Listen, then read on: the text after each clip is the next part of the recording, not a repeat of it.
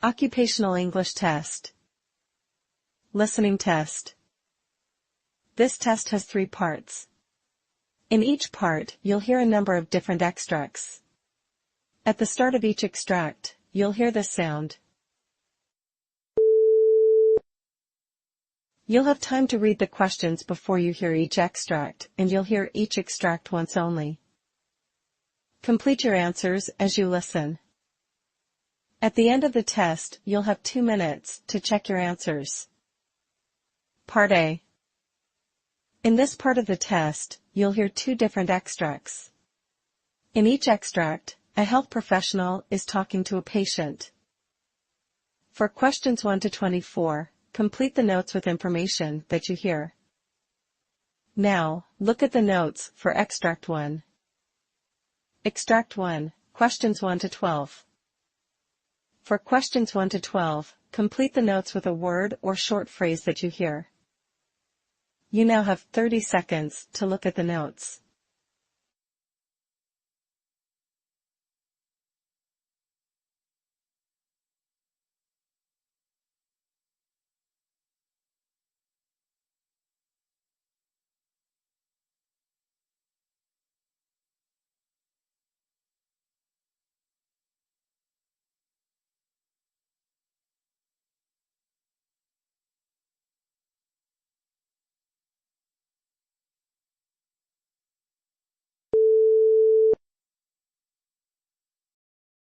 Good morning. I've reviewed your chart and recent history, but I'd like to hear more from you about how you're feeling lately, especially with the changes to your medication and the symptoms you've experienced. Hello, doctor. Thanks for seeing me. Honestly, it's been a bit rough. Since my last visit, I've been really trying to stick to the Synthroid dosage as prescribed.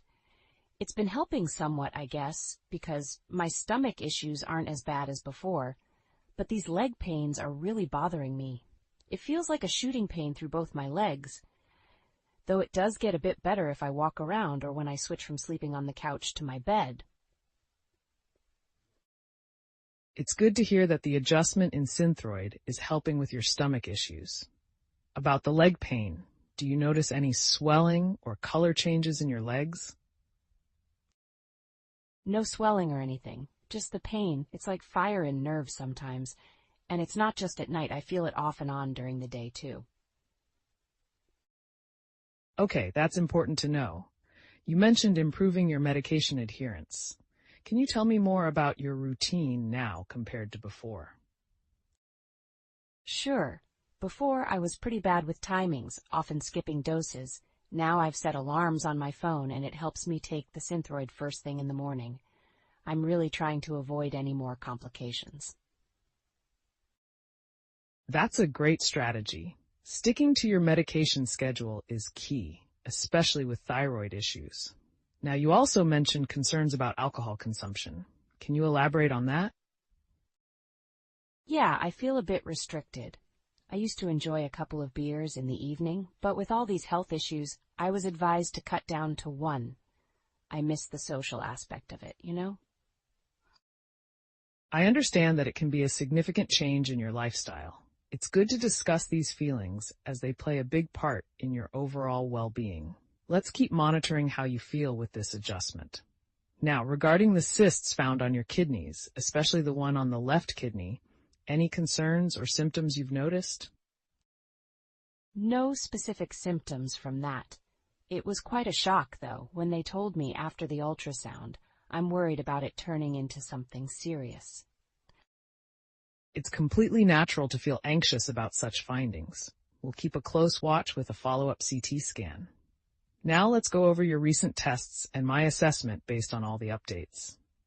Your thyroid function seems stable now, with a TSH of 3.5 ngu milliliter and free T4 at 1.2 n-g/dL, which is good news. The goal is to keep these levels within the normal range with your current Synthroid dose.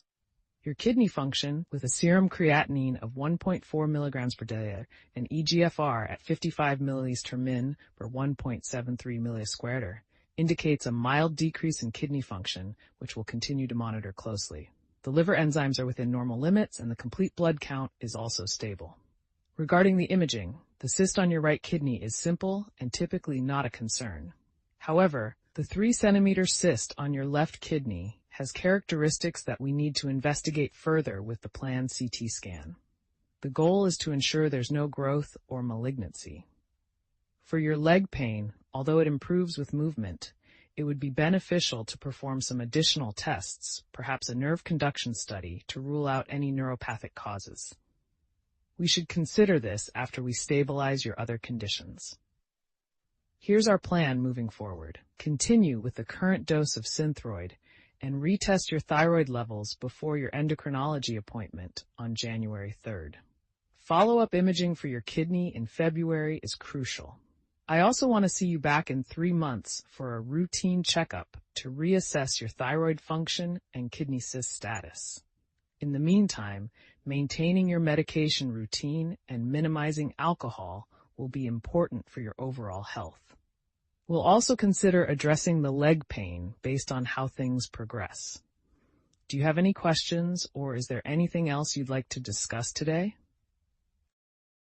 That covers everything, Doctor. I appreciate you helping me keep track of all these issues. It's a lot, but I feel more in control knowing the plan. Thanks for your help. You're welcome. It's good to see you taking active steps towards your health. Remember, my team and I are here to support you through this. See you in January, and take care until then.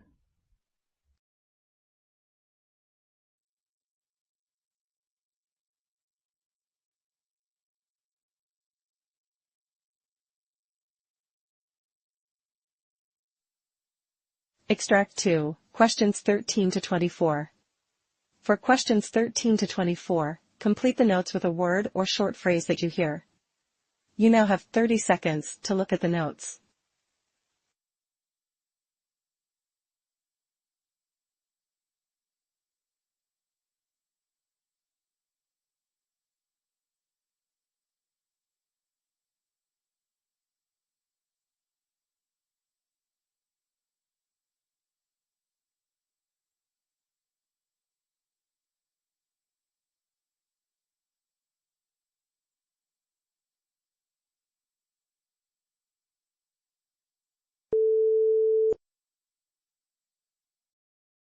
I've been having quite a rough time with my health recently. Between my blood pressure and the diabetes, it feels like I'm always juggling medications. Sometimes I even forget to take them because they often change the pills, like their shapes and colors. It's confusing. I understand that must be frustrating. It's important to keep those medications consistent. How about your blood sugar levels? You mentioned feeling drowsy at times. Yes, that's right. I often feel unusually tired, and I'm not sure if it's my diabetes medication or the condition itself causing it. My blood sugar is around 132 most days, which isn't too bad, I guess. That's a good fasting level, but we'll keep an eye on it. Now, you also mentioned some nerve pain. Can you tell me more about that? Well, the pain is mostly around my legs. It can get quite unbearable. I was on gabapentin, but I ran out and haven't gotten around to refilling it. It's another thing on my long list of medications to manage. Managing multiple health issues can indeed be overwhelming. Let's make sure we get that prescription refilled for you. How have things been with your mobility and your arthritis? It's been tough. The pain runs from my hip to ankle. I've never had surgery for it. Just some over-the-counter painkillers when it gets really bad. And then there's my issue with eating because of my dentures. It's been a mess. I've lost weight because I can't eat properly, but recently I've started gaining a little again. Dental health is crucial for nutrition, especially at your age. We need to find a solution that allows you to eat properly without discomfort. What have you tried so far with the dentures? I've had 3 different sets made. None of them fit properly. They're uncomfortable and make it hard to eat, which just isn't helping with my energy levels or my weight. That sounds quite challenging. We'll need to look into a better solution for you. Maybe getting you to a dental school where they might offer more tailored and affordable options. Now, about your high blood pressure, can you describe how you've been monitoring it at home? I have a blood pressure machine. My readings in the morning are usually around 172/85, and by afternoon they drop slightly to about 168/82. Those readings are higher than we'd like. Consistent medication will be key in managing those numbers. Let's review all your current medications today to ensure you're on the right regimen and discuss strategies to help you remember to take them. That would be helpful. I really don't want to mess anything up with so many things already going on. Based on what we've discussed, here are your recent clinical values. Your creatinine is 1.9, which is a bit high, indicating your kidneys are working harder than we'd like. Your eGFR is 44, which shows moderate kidney impairment. Your cholesterol levels are also slightly elevated with a total of 205, and your LDL is 122. It's important we manage these effectively to prevent any further complications. I see, that sounds serious. It's manageable with the right care. Here's what I propose. First, we'll do a medication reconciliation today to ensure you're taking the right medications correctly. I'll have a nurse work with you to create a medication schedule that you can easily follow. We'll also refill your medications for the nerve pain. For your dental issues, I'll refer you to a local dental school where they can address the fit properly. That sounds like a solid plan. Thank you for being thorough. Of course, it's important to address each issue carefully. I'll also schedule regular follow-up appointments every month to monitor your blood pressure and manage any other arising issues. It's crucial we keep everything under control and make adjustments as needed. I appreciate it. I'm glad we could go over everything today. I'm here to help. We'll work together to keep you as healthy as possible. See you in a month, but if anything changes before then, please don't hesitate to call the office.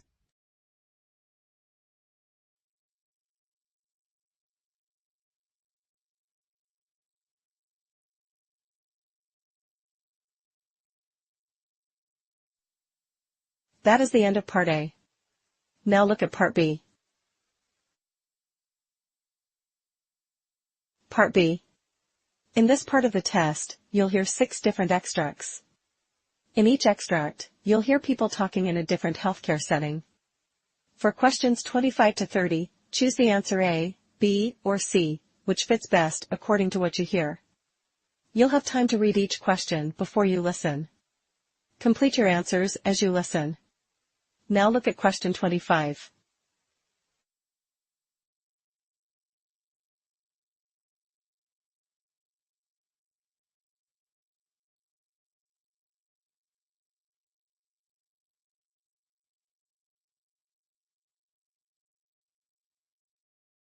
Congratulations on your new arrival. Now, it's important to take care of yourself too. Keep an eye on your body's signals over the next few weeks. Firstly, watch for any excessive bleeding or foul-smelling discharge.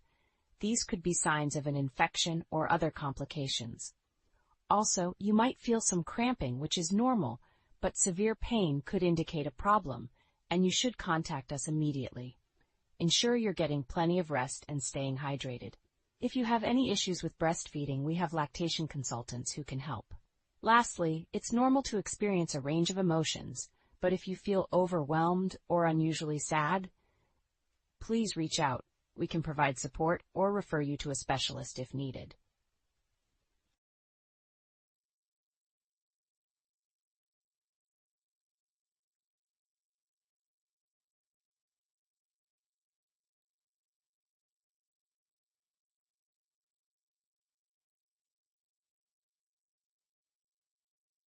Now look at question 26.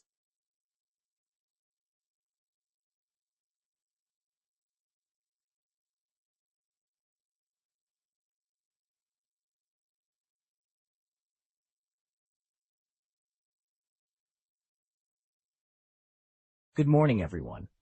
Today, I'll be discussing the protocols for rehabilitation progress reviews in our facility. Our primary goal is to monitor patient recovery and adjust treatments as needed. Every patient has a personalized rehabilitation plan, which is reviewed weekly. During these reviews, our interdisciplinary team evaluates progress through physical assessments and patient feedback. We focus on mobility, strength, and independence in daily activities. It's crucial to involve the patient in these discussions to understand their perspective and adjust the goals accordingly. Documentation is key. Each review is thoroughly documented to track progress and guide future care decisions.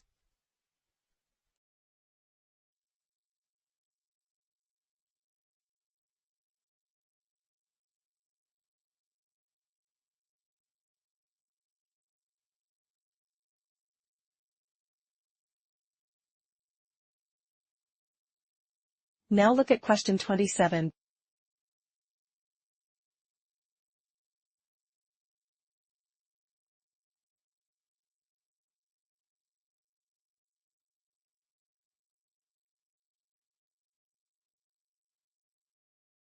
Hello, Mr. Jones. Today we're going to do a few exercises to check on how your memory and thinking skills are doing. Can you start by telling me your full name and today's date? Sure, I'm Samuel Jones. I think it's July 15. Close, it's actually July 18th. No worries. Now, can you remember these three words? Apple, table, penny? I'll ask you to recall them in a few minutes. Okay, apple, table, penny. Great, now let's try some subtraction. Can you subtract 7 from 100 for me?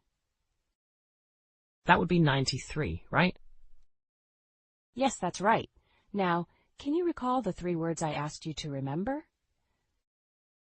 Apple, penny, and I can't seem to remember the last one. That's okay, Mr. Jones. It was table. These exercises help us determine how best to support your cognitive health.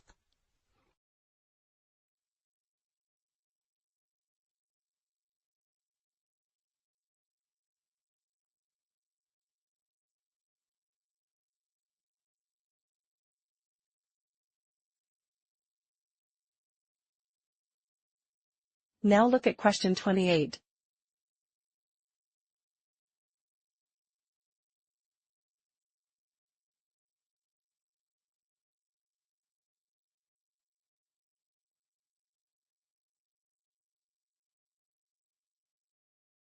Today, I want to highlight the resources and support systems we have in place for caregivers at our hospital. We offer workshops on managing the emotional and physical demands of caregiving. These include stress management techniques and practical caregiving skills. Our social services team provides one-on-one counseling and can help connect you with community resources like respite care and support groups. Remember, taking care of yourself is not a luxury, but a necessity. Our resources are here to help you stay healthy and effective as a caregiver.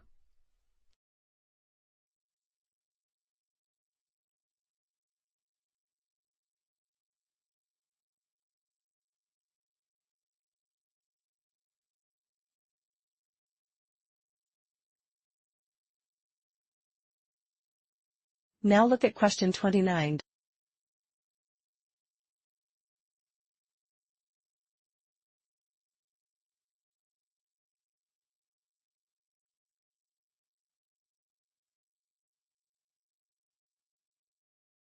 Managing MS is a long-term journey, and we're here to support you every step of the way. There are several resources we can offer. That sounds reassuring. What kind of support services are available? First, we have a dedicated MS clinic staffed with specialists trained specifically in MS care. They can assist with medication management, physical therapy, and symptom control. We also offer psychological counseling to help you cope with the emotional aspects of living with MS. It's important to address mental health alongside physical symptoms. I'm glad to hear there's comprehensive support. It can be overwhelming at times. Absolutely. And that's why we also encourage joining support groups. Sharing experiences with others who understand can be incredibly beneficial.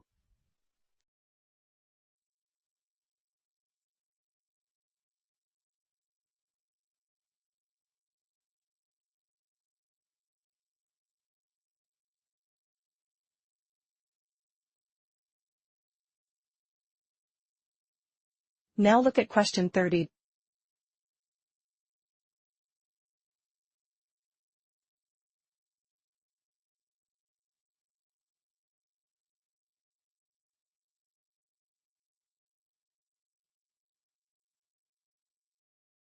Welcome to today's training session on handling patient complaints effectively.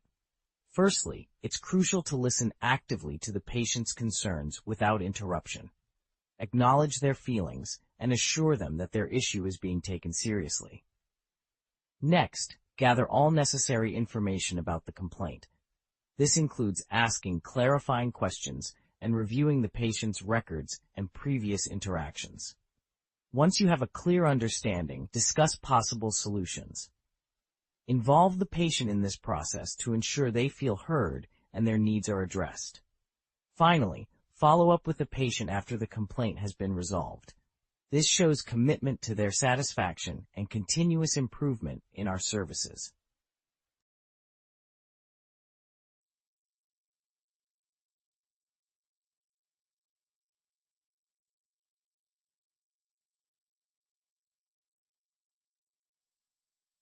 That is the end of Part B.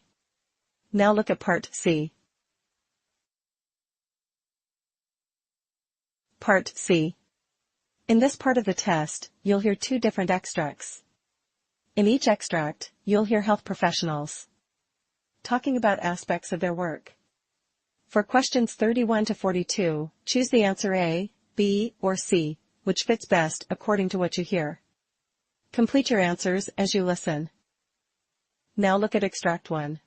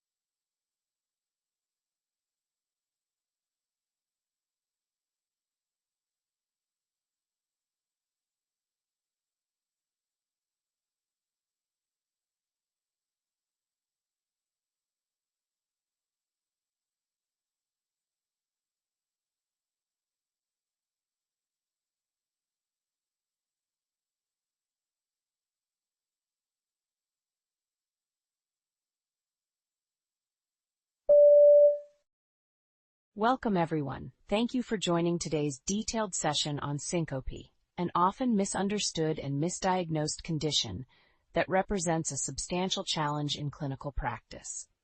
My name is Dr. Sarah Thompson, and as a specialist in cardiovascular disorders, I'm deeply engaged with the complexities of diagnosing and managing syncope.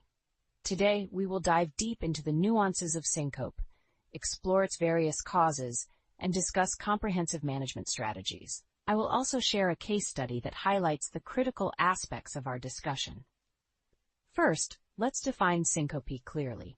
Syncope, commonly referred to as fainting, is a transient loss of consciousness, typically caused by a temporary decrease in blood flow to the brain. It's characterized by a rapid onset, short duration, and a complete spontaneous recovery.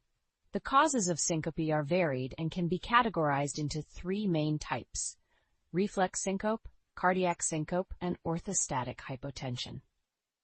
Reflex or neurally mediated syncope is the most common type and includes subsets such as vasovagal syncope, situational syncope, and carotid sinus syncope. It generally occurs in response to a trigger that causes a sudden drop in heart rate and blood pressure, leading to cerebral hypoperfusion. Cardiac syncope, potentially the most serious category, arises from cardiac or cardiovascular conditions, including arrhythmias, structural heart defects, and cardiac ischemia. due to its association with increased morbidity and mortality. Distinguishing cardiac syncope from other types is a critical aspect of the diagnostic process. Orthostatic hypotension, the third type, is defined by a sudden drop in blood pressure when a person stands up. It can be caused by volume depletion, certain medications, or autonomic nervous system disorders. Each type of syncope requires distinct diagnostic strategies and management approaches. Let us consider a case that illustrates the diagnostic complexity and the need for a structured approach in managing syncope. Mr. John Carter, a 63-year-old male with a history of type 2 diabetes and hypertension, managed with medication, presented to the emergency department with recurrent, unexplained episodes of syncope. His episodes were sudden, without any warning signs, such as nausea or lightheadedness, which are typically associated with more benign forms of syncope. Given the absence of prodromal symptoms and the patient's cardiovascular risk factors, we prioritized a cardiac evaluation to rule out arrhythmic causes. Initial workup included an ECG, which showed no acute changes, and cardiac enzyme tests, which were within normal limits. However, the lack of diagnostic findings from initial tests is not uncommon in sync evaluations, necessitating further investigation. We proceeded with a tilt table test, a valuable diagnostic tool in our arsenal, particularly useful for evaluating patients with suspected reflex or orthostatic syncope. During the test, Mr. Carter experienced a pronounced drop in blood pressure and heart rate upon tilting, consistent with a vasovagal syncope diagnosis. However, given his risk profile and recurrent nature of syncope, we also initiated continuous ECG monitoring to exclude intermittent arrhythmic events not captured during the initial assessment. The comprehensive approach in Mr. Carter's case, guided by current European Society of Cardiology (ESC) guidelines and supported by evidence-based practices from Harvard Medical School's research on syncope, was crucial. After confirming the diagnosis of vasovagal syncope with superimposed episodes of orthostatic hypotension, we adjusted his antihypertensive therapy and recommended lifestyle modifications, including adequate fluid intake and physical counterpressure maneuvers to prevent future episodes. This case exemplifies the importance of a thorough and systematic evaluation in syncope management. It also highlights the necessity for healthcare providers to stay current with guidelines and advances in the field.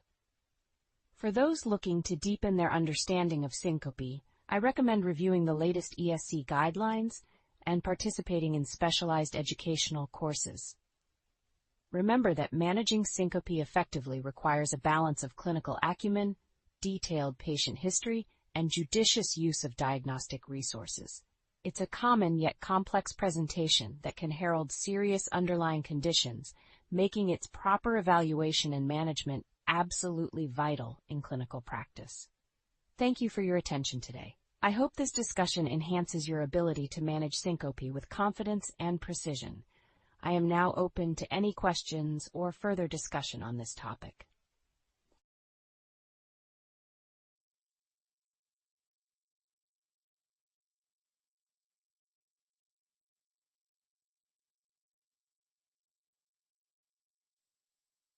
Now look at Extract 2.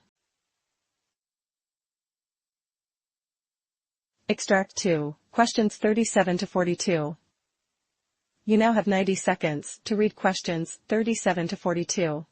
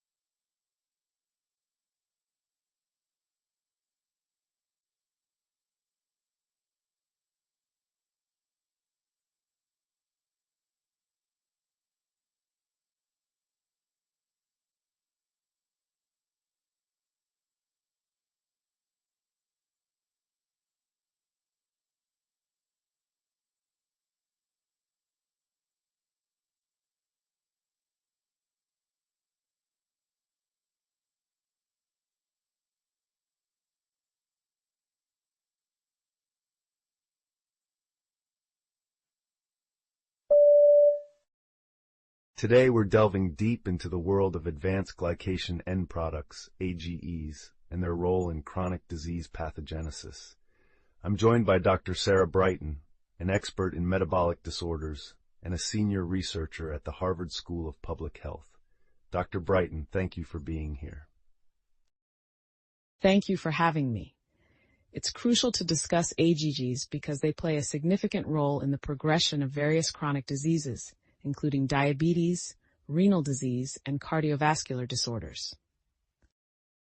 Let's start at the beginning. Could you explain what AGEs are and how they are formed? Certainly. Advanced glycation end products, or AGEs, are harmful compounds formed when protein or fat combine with sugar in the bloodstream. This process, known as glycation, can be a normal part of metabolism, but becomes problematic when it occurs excessively, particularly in uncontrolled diabetes. Over time, AGEs accumulate in body tissues, leading to oxidative stress and inflammation, which are pivotal in the pathogenesis of many chronic diseases. How does this accumulation affect the body's systems? AGEs have a profound impact on many systems. In the vascular system, for example, they contribute to the stiffness of blood vessels, enhancing the risk of hypertension and atherosclerosis. In the kidneys, they can cause structural changes that lead to nephropathy. In diabetes, AGEs exacerbate the condition by further impairing insulin action and damaging pancreatic beta cell function. It seems like a pervasive issue. Can you share a specific case that illustrates the clinical implications of AGE accumulation? Certainly. I recall a patient, a 58-year-old male with long-standing type 2 diabetes, who presented with deteriorating renal function and signs of early vascular disease. His diet was high in processed foods, which are known to be rich in dietary AGEs. Despite being on medication, his HbA1c levels remained above the target, and he exhibited signs of endothelial dysfunction and increased arterial stiffness, indicative of significant vascular damage from prolonged AGE exposure. What interventions did you consider for this patient? We took a multifaceted approach. Firstly, we intensified his glycemic control to limit the endogenous formation of AGEs. We also advised dietary modifications to reduce AGE intake, emphasizing whole, unprocessed foods over processed ones. Additionally, we encouraged regular exercise to improve insulin sensitivity and enhance renal blood flow, helping to mitigate further damage. Did these interventions have a positive impact? Yes, over the course of several months, the patient saw improvements in both renal and vascular functions. His HbA1c levels decreased, and follow-up assessments showed reduced markers of inflammation and arterial stiffness. This case underscores the importance of understanding and managing AGEs as part of a comprehensive approach to chronic disease management. That's a compelling example. For our listeners, especially healthcare providers, what are the key takeaways about managing AGEs in chronic diseases? The key is early recognition and holistic management. Healthcare providers should educate patients about the sources of AGEs and their role in disease progression. It's not just about controlling one aspect, such as blood sugar and diabetes, but also considering dietary choices, lifestyle factors like smoking and exercise, and regular monitoring of disease markers. An integrated care approach can significantly delay the progression of complications associated with high AGE levels. Dr. Brighton, thank you for sharing your insights and this enlightening discussion on AGEs and chronic disease management. It's clear that a deeper understanding of these compounds can lead to better patient outcomes. Thank you for the opportunity to discuss this critical topic. I hope our conversation today inspires healthcare professionals to incorporate age management into their practice more rigorously. To our listeners, we hope this episode has enhanced your understanding of advanced glycation end products and their impact on health. Stay tuned. Goodbye until next time.